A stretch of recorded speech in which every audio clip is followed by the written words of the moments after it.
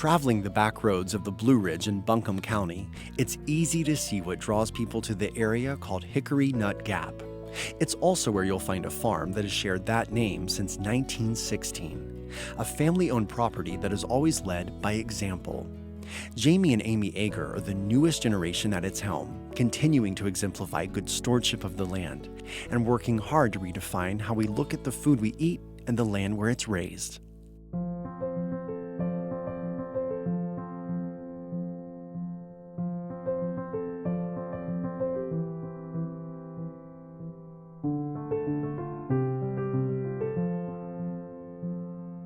I think food is a very spiritual thing, and so we need a connection to the land, and food provides a pretty intimate way to connect to the land.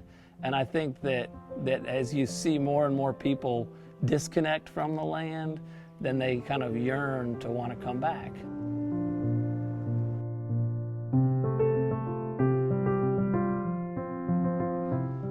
So the farm was started by Jim and Elizabeth McClure in 1916, and they settled here after finding this place on their honeymoon.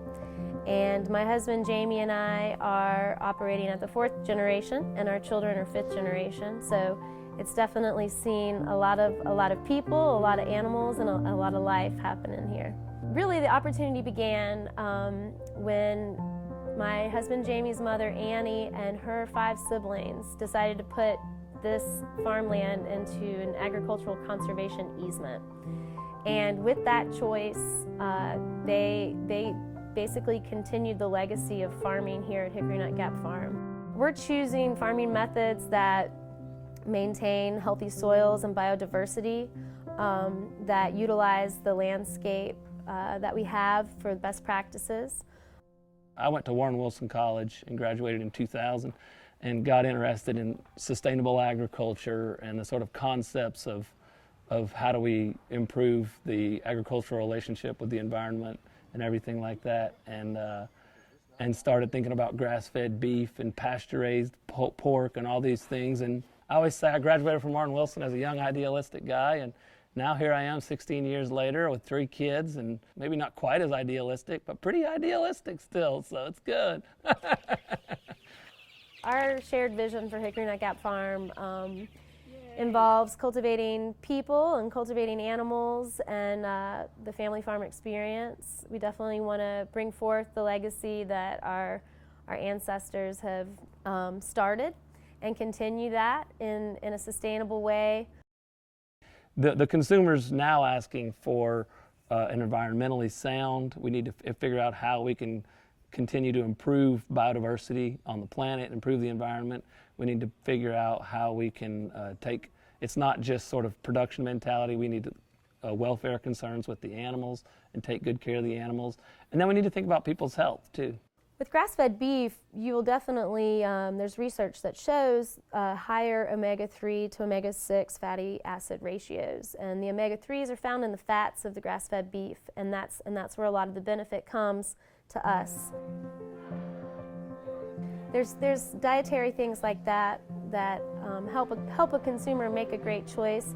But also, when you're purchasing our products, you know, you're voting with your dollar to maintain a small family farm, to maintain sustainable agriculture, and to be as close to the source as possible for where your meat's coming from.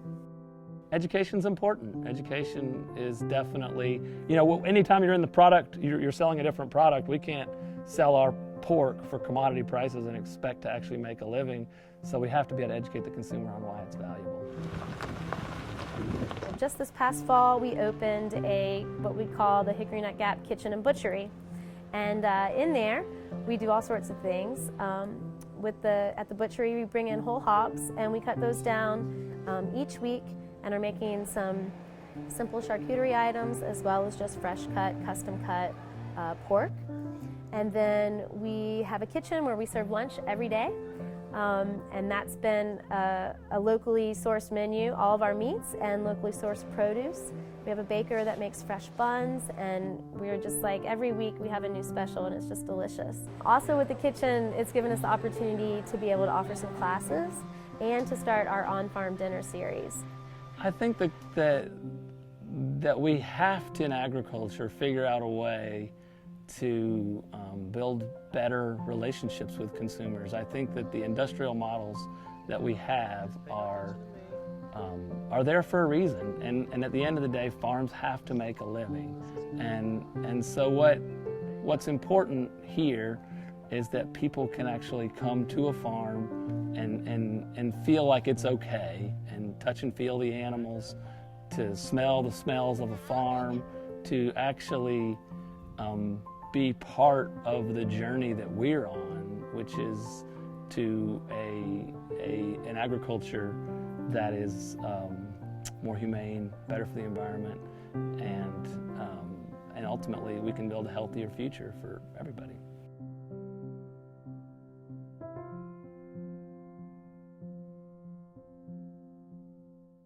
In 1920, Jamie Ager's great-grandfather, Jim McClure, initiated the visionary Farmers Federation, a cooperative organization to bring better agriculture to Western North Carolina.